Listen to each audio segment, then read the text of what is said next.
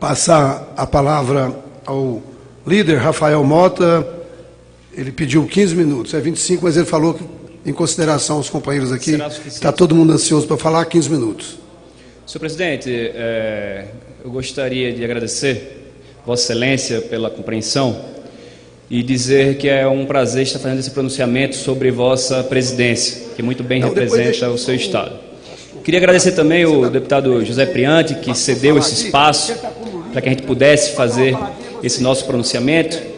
Registrar também aqui na casa a presença do deputado estadual Ricardo Mota, que é o meu pai, que agora 7 mandatos como deputado estadual, ex-presidente da Assembleia Legislativa, e que muito nos honra também pertencer aos quadros do Partido Socialista Brasileiro. Senhor presidente, caros colegas, deputados e deputadas, vivemos um momento histórico.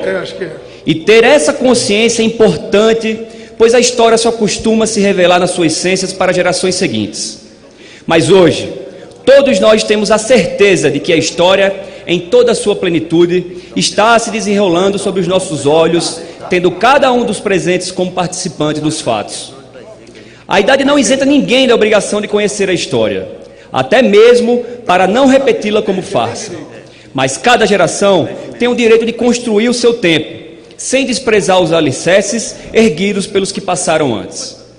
E o que se pede hoje é esse novo tempo, que retrate os anseios de uma nova geração.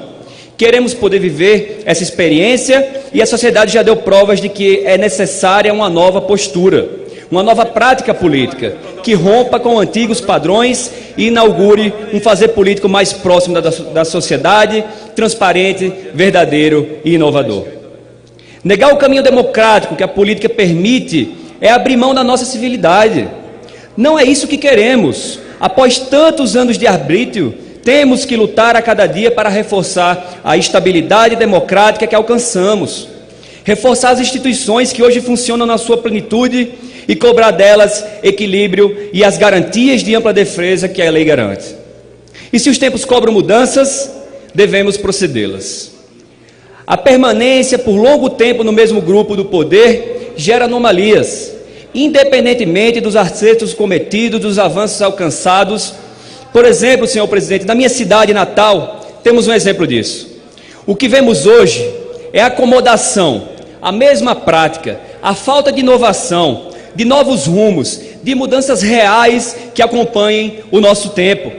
Fala do nosso lugar e fala do mundo. Por isso, é exemplar o que acontece na capital do Rio Grande do Norte. O mesmo grupo se mantém no poder por mais de 20 anos.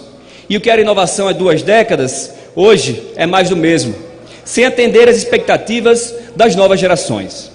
É urgente um caminho para a solução do transporte público de Natal e na sua região metropolitana, pois são 1.500.000 habitantes, dos quais 800.000 dependem desse serviço.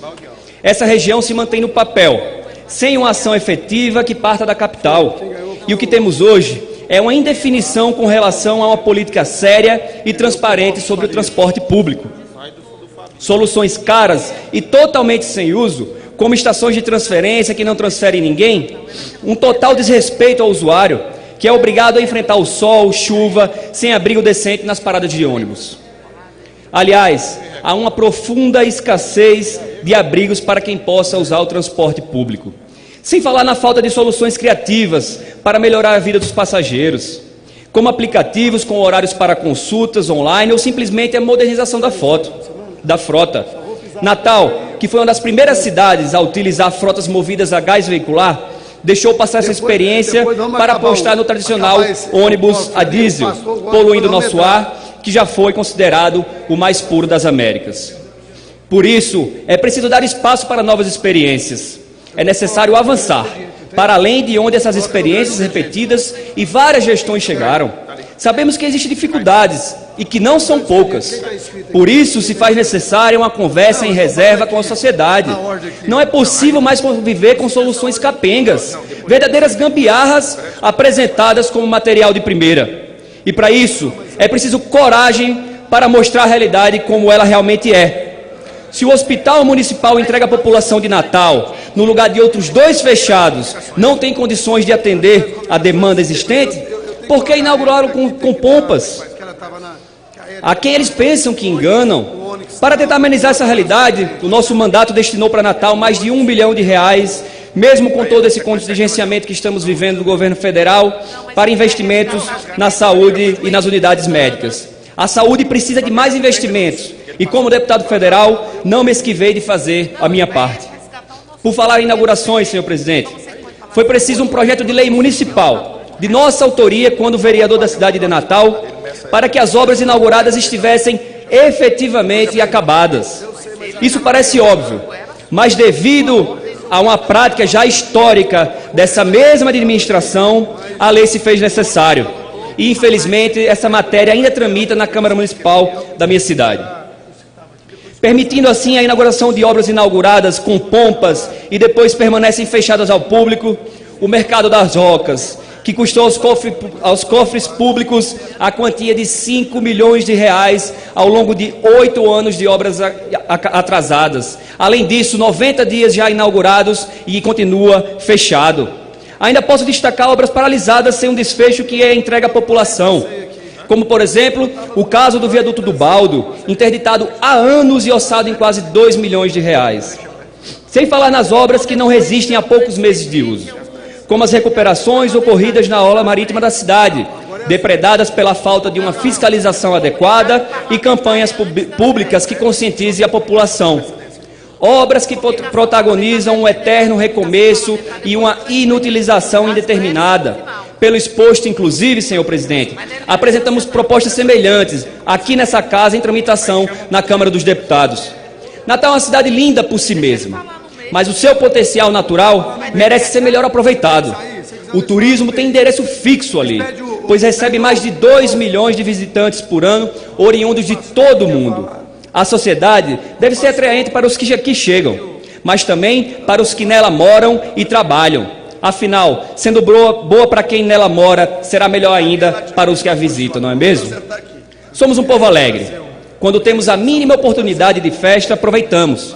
Apesar da dura realidade que enfrentamos, mas a grande obra da municipalidade não pode ser, meus queridos amigos deputados, um carnaval ou eventos que concentram em poucos o usufruto que deveria ser mais abrangente e mais constante. O que temos assistido nos últimos anos é a falta de comprometimento da administração com pessoas. Os recursos mínimos essenciais ao bem-estar da população têm sido desprezados em detrimento de uma forma artificial de desenvolver caminhos mais seguros para o futuro da sociedade e das novas gerações. Há muito não se aplicam as regras elementares de planejar a cidade. O pensamento tradicional da gestão centrada em práticas arcaicas para esses novos tempos em que vivemos não tem permitido se pensar a cidade em toda a sua complexidade, entendendo a evolução dos processos de construção de um modelo que traga sustentabilidade. Promova o desenvolvimento social e permita à população usufruir de sua cidade, não somente como agente passivo, mas efetivamente como cidadãos que podem e devem colaborar com a construção de uma cidade que todos sonham e desejam. As dificuldades são comuns a qualquer cidade brasileira, mas não se pode atribuir à crise que ora o país atravessa a justificativa para o imobilismo que tomou conta da minha cidade. É inaceitável que continuemos perdendo espaços importantes da nossa economia simplesmente pela falta de criatividade e da capacidade de se reinventar. Ação fundamental para gestões modernas e sintonizadas com o pensar e o fazer exigidos para uma sociedade que seja em harmonia com o desenvolvimento econômico, com o progresso social e a sustentabilidade ambiental. Natal, a capital do meu estado, a cidade desejada por milhares de brasileiros e estrangeiros graças às suas belezas naturais, seu clima e pela sua hospitalidade maravilhosa da nossa gente, tem perdido ao longo desses últimos anos a força de sua economia. A administração pública da minha cidade precisa se reinventar. Precisa se adequar aos modelos mais modernos, dinâmicos e eficientes, para poder proporcionar a todos os seus cidadãos mais qualidade de vida, melhores e maiores oportunidades de crescimento. As novas gerações não podem continuar à mercê de um progresso superficial e refém de oportunidades rasteiras. Afinal, estamos rompendo a metade da segunda década do século XXI. E, para tanto, se faz necessária a gestão pública, a implementação de novos e integrados modelos e caminhos de planejamento e gestão. Entendo também que a palavra futuro não pode ser mencionada sem que esteja acompanhada de outra, educação. Por isso, caros colegas deputados, vi com muita tristeza os alunos da rede municipal de ensino da minha cidade ficarem, logo no início de 2016, mais de 30 dias sem aulas, uma vez que os professores deflagraram greve no mês de fevereiro e retornaram às suas atividades apenas no fim do mês de março. Esse fato mostra mais uma vez que a educação não é prioridade para a atual gestão municipal da minha cidade. Desde que assumi o mandato de deputado federal, apresentei projetos de lei voltados para essa área. Um deles dispõe sobre educação em tempo integral. E por educação em tempo integral, entende-se a amplificação qualificada do tempo, composta por atividades educativas diferenciadas no campo das ciências, da cultura, das artes e das tecnologias. Além disso, há outra matéria de nossa autoria que tramita na Casa, que institui a educação financeira nas escolas de ensino médio e fundamental de todo o país. Essa disciplina possibilita que os indivíduos e a sociedade melhorem a sua compreensão em relação aos conceitos e produtos financeiros. Sabe-se que com informação e orientação é possível adquirir consciência sobre as oportunidades e os riscos para fazer escolhas assertivas e sustentáveis em relação à administração dos próprios recursos. Registro também, senhor presidente, nossa colaboração com assuntos desenvolvimentistas, como a obrigatoriedade da amplificação de recursos tecnológicos de veículos fabricados no nosso país e a promoção de educação digital e combate à pedofilia na CPI de crimes cibernéticos. Ressalto aqui também o quanto o nosso mandato tem consciência da importância da inclusão social. Natal continua inacessível em grande parte de seus prédios públicos, incluindo escolas da rede municipal. As comunicações da municipalidade também estão distantes desse contexto inclusivo, tanto na sua linguagem quanto no seu conteúdo. Além disso, não há programas conhecidos pela sociedade natalense, desenvolvidos pelo Executivo Municipal, que assegure ou pelo menos estimule a inclusão social. Por meio do nosso mandato, estamos propondo a modificação do regime jurídico dos servidores públicos federais, para dispensar pais, cônjuges e responsáveis de pessoas com deficiências da compensação de horário quando esses estiverem no gozo da sua jornada de trabalho especial. A alteração da Lei 8666, facilitando a contratação direta de pessoas com deficiência. A criação do programa Câmara Inclusiva, assegurando a presença profissional de deficientes físicos e mentais nesta casa, que conta com a parceria da Secretaria dessa mesa diretora. Destaco ainda que premiamos pela primeira vez na história do Congresso Nacional uma pessoa com síndrome de Down, professora, minha conterrânea, professora Débora Seabra, a partir do nosso trabalho na Comissão de Educação, sendo premiada com o Prêmio Darcy Ribeiro. Estamos unidos no combate ao mito que temem transformar uma diferença no rótulo, uma sociedade cada vez mais sem tempo, sensibilidade ou paciência para o diferente. Para finalizar, senhor presidente, vivemos momentos de mudanças que são exigidas pela sociedade e necessárias para avançar até a consolidação das nossas instituições. Já avançamos muito e vemos que toda essa conturbação que atravessamos nos trará um novo país, novas cidades, com pessoas mais ativas politicamente, com cidadãos mais participativos, capazes de tornar o Brasil mais forte, a partir da certeza que podemos mais. Senhor presidente, queria pedir publicidade nos meios de comunicação dessa casa, em especial a Voz do Brasil, do meu pronunciamento. Obrigado.